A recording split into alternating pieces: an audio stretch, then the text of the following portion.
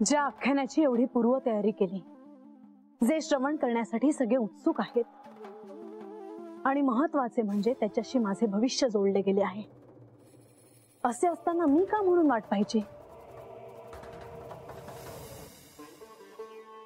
भासा, मला तुझा क्रोध कळतो आहे, पण विलंब होण्याला काहीतरी कारण असेल.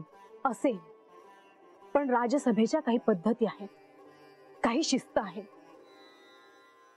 इतक्या वर्षात कष्टाने ज्या गोष्टींचा आग्रहाने मी पाया घातला, त्याच्या नेमकं विरुद्ध घडताना दिसत आहे मला. देवी, मी सेवकांकरवी संदेश पाठवतो आणि नारद मुनी तात्काळ येतील असे पाहतो.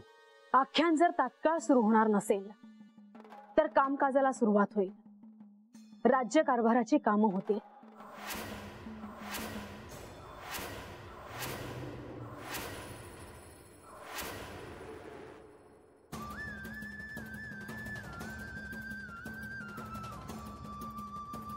म्हणजे इतकं वरीच झालं हात येऊन गेल्याला, पण हाय तसंच हाय बघ अजून वाढ. हातनं मोहर जायचं आहे जणू. पण आतबंदी केल्यावर तू कुठं बसणार आहेस? ते हाय ठाव. असं कसं? देवांची बायको आहेस तू. अगं जिथं जागा मिळेल तर उभं राहायचं.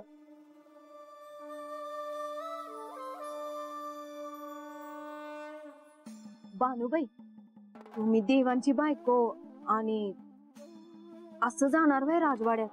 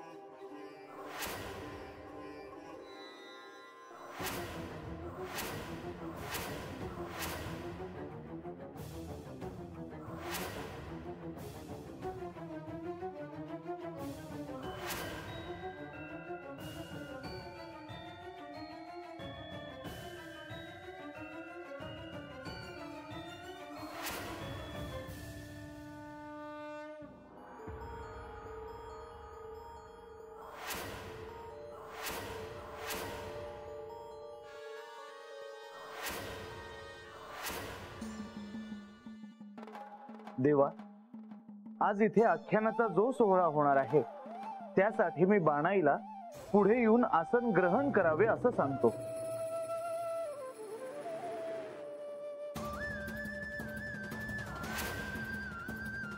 बाणाई, ये.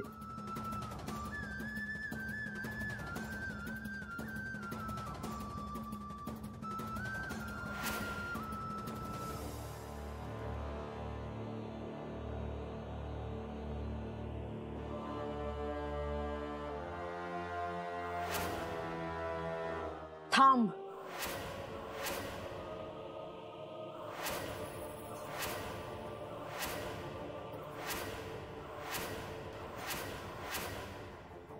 काय झाले देवी?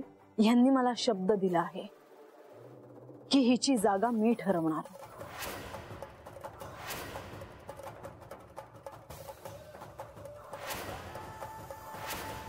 या गडावर, या राजसभेत हिने कुठे थांबायचं हे मी ठरवेन.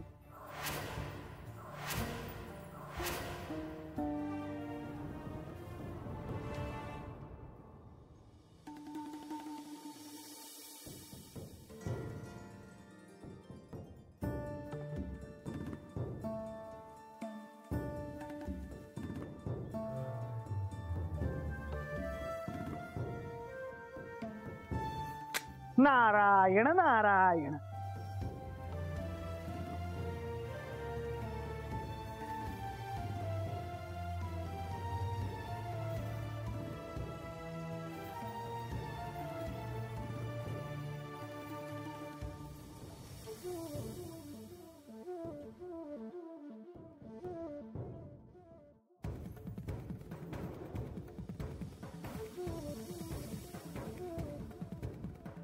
देवा, देवी, इथे येण्यास थोडा विलंब झाला, त्याबद्दल क्षमा असावी.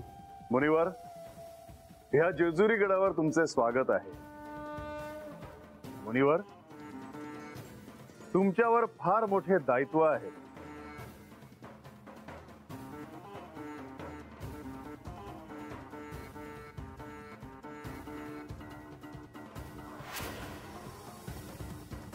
बानू, तू इथे अशी उभी का? मी सांगितलं आहे तसं.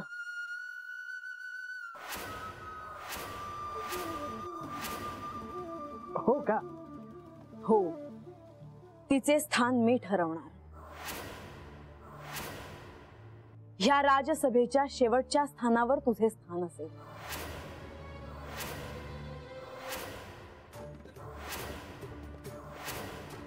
तिथे कुठलेही आसन न घेता तू उभी राहा.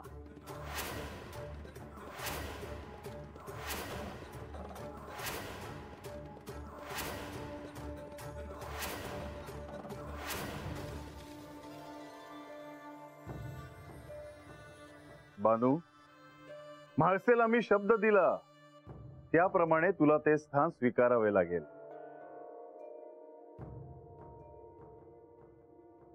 तेव्हा ते स्थान तू आनंदाने ग्रहण कर.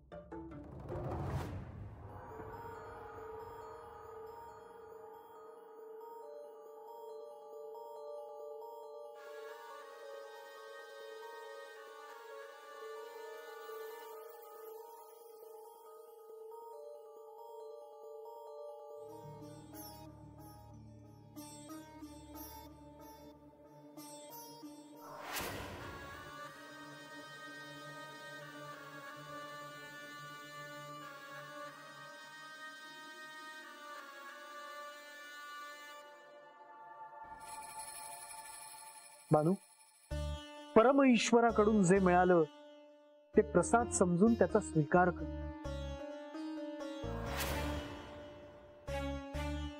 कोण कुठली चंदनपुरीतली मुलगी तू, रानावनात राहणारी, आज या सोन्याच्या जेजुरीत तुझ्याच आराध्या समोर त्याचेच चरित्र ऐकण्यासाठी उपस्थित आहेस. हेही महत्भाग्य आहे. कोणाच्याही वाट्याला असे भाग्य येत नाही बानू. मुनिवर, आता आख्यानाला आरंभ करा. सगळे प्रतीक्षा करत आहेत.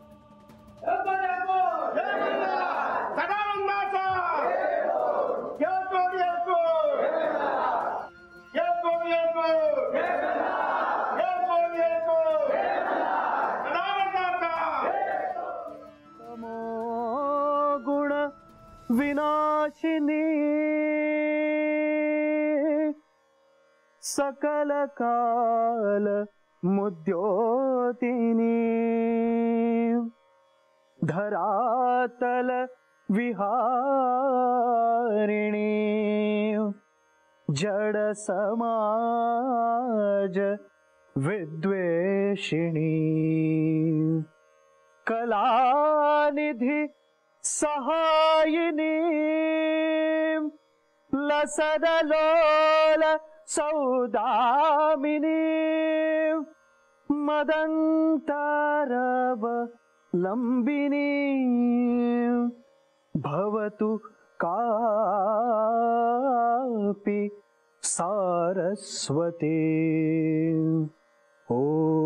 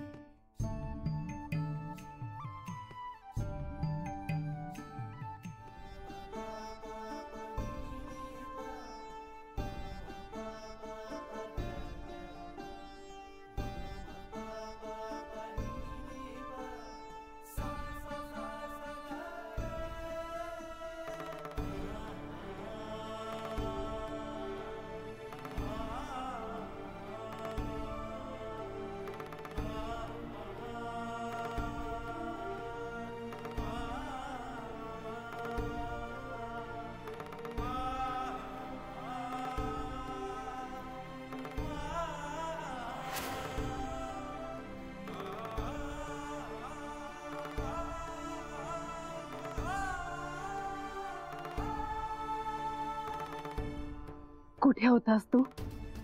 विसरलास ना मला? मी तुला कसा विसरीन माते?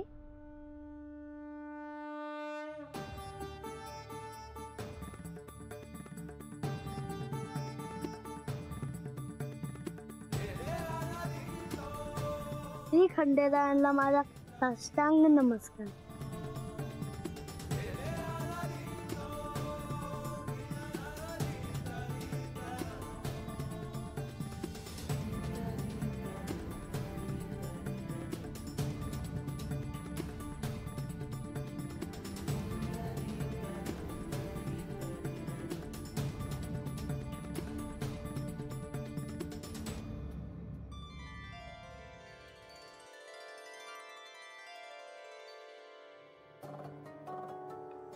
आज या आख्यानात बाल स्वरूपाला विशेष स्थान आहे.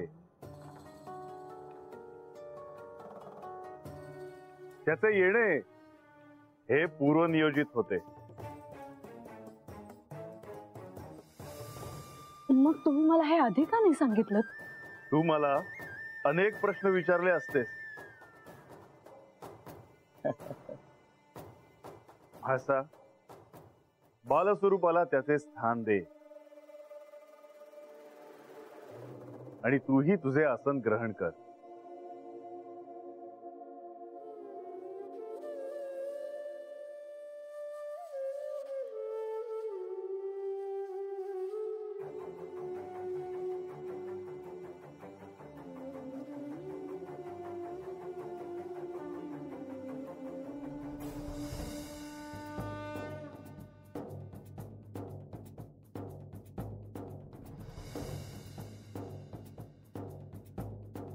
आज जे हे आख्यान सुरू होणार आहे ते पुढील काही काळ सुरू राहणार आहे. या आख्यानात म्हाळसा आणि बानू यांना त्यांच्या मूळ स्वरूपाच्या सर्व खुणा शोधायच्या आहेत.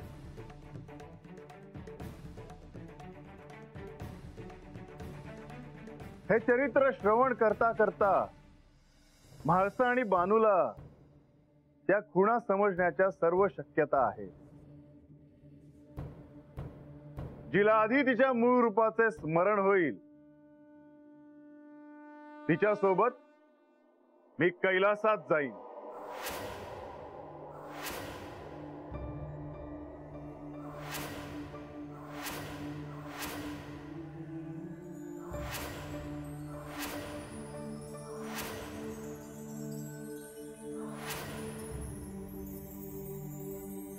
यात जर श्री म्हाळसा देवी आणि बाणाई यांना काही शंका असतील तर त्याचे निरसन हे बालस्वरूप करतील.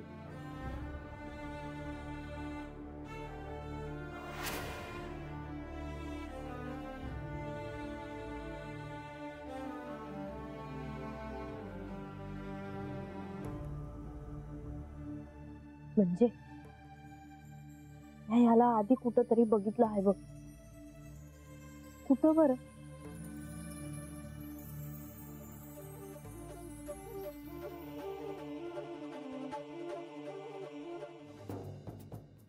तुम्ही म्हणालात की आम्हाला पडलेल्या शंकांचं निरसन हा करेल म्हणून.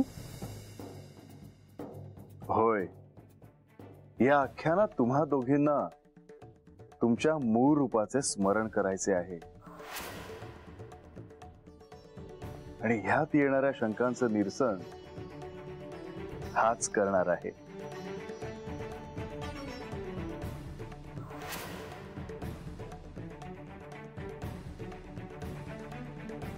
पण हे कसं शक्य आहे?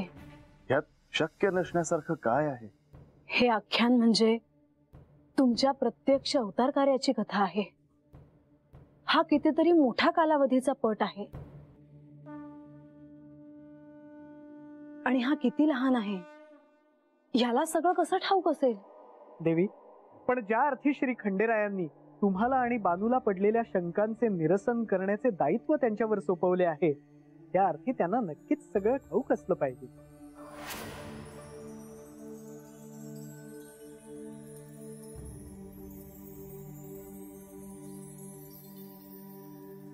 अहो मुनिवर, या जेजुरीत मी ह्याला माझ्या अंगा खांद्यावर खेळवले आहे. मी माझ्या हाताने याच्या आवडीचे जेवण बनवून स्वतः त्याला भरवले आहे. मला अजूनही तो दिवस आठवतो जेव्हा हा पहिल्यांदा जेजुरीत आला होता. या सिंहासनावर तो येऊन बसला होता.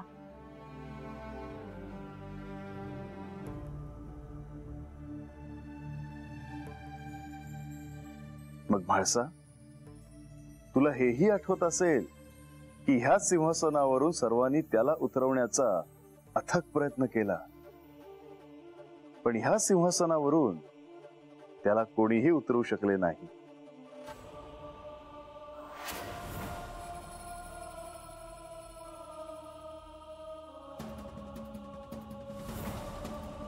लाडवानी भरलेले ताट त्याने एकट्याने संपवले, आठवतंय?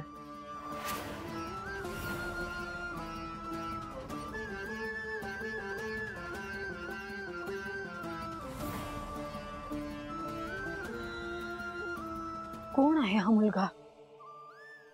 हे सारं मला समजेन असं झालं आहे.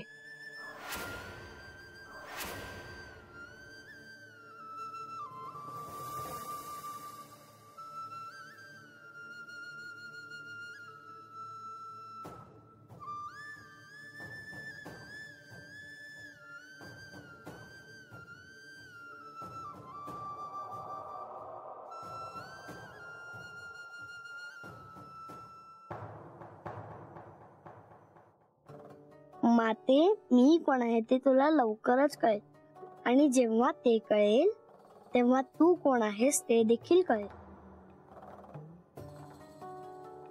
म्हाळसा, ह्या शिवलीलेत ह्याचे काय महत्व आहे हे तुला आता नाही कळणार. ह्या आख्यानाच्या ओघाने तुला साऱ्याचे अर्थ कळत जातील. ह्यात तुला तुझ्या मूळ रूपाचे स्मरण होईल. भविष्यात तुला हेही समजेल की हा कोण आहे आणि ह्या शिवलीले त्याचे काय दायित्व आहे हे देखील समजेल. आता तू तुझे आसन ग्रहण कर. नारद मुनींना आख्यानाची सुरुवात करायची आहे.